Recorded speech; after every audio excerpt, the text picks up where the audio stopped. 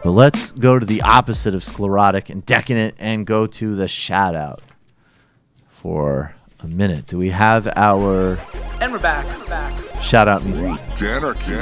I don't want to get greedy, but if Danarchy could give us a shout out beat, that would be ill. Top of the line professionalism. Let's get to the shout out. Shout out. Creepy. Shout out. Weird. I think that's creepy. It's incredible. Shout out. You fading us out early? Okay, that's fair. Shout out goes to something that should be happening globally. It isn't, and maybe it's even too small of a step, but it is something in the right direction. The Norwegian parliament has voted to ban deforestation.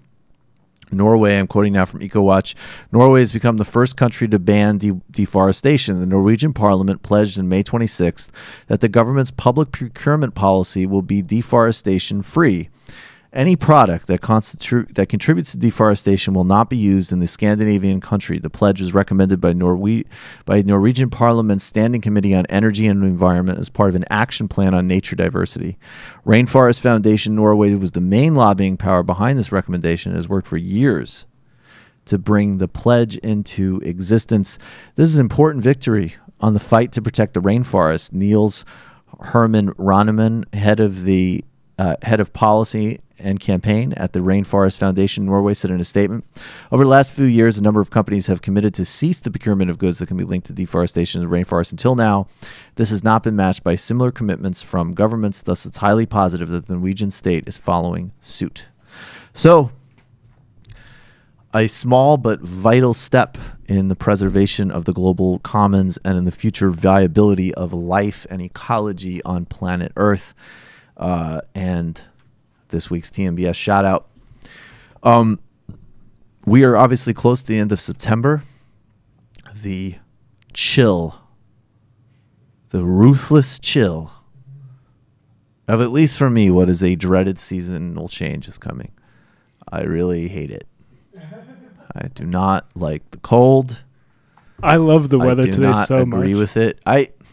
Even when it's raining like this, you like it. Yep. Yup. Let's read some P.G. Woodhouse, drink some tea. Actually, I'll read some P.G. Woodhouse and drink some tea. I've read a P.G. Wodehouse. The nice thing about P.G. Wodehouse stories is they're very short, and you get like 4 of them in one book. Yes, you do. Are we saying Woodhouse or Wodehouse? I've heard both. I'd say Wodehouse. I think it's Wodehouse. Well, that's how it's spelled. Yeah. You know, he lived nearby. He lived on Long Island. He lived in Long Island? Yeah, I didn't know that. Like for this guy who wrote, if you guys don't know, he's an author who wrote a lot of like satire. Most like people know Jeeves, I think. Yeah, Jeeves' character is... You know, so he made fun of all the British, but he lived in the U.S., and he would write like for about like an hour in the morning, and then he would drink martinis and watch American soap operas all day long in Long Island. Hell yeah, dude. That's awesome. I was sort of with it, really, besides the writing and soap opera part. Everything else sounded great. Soap operas can be addicting, man.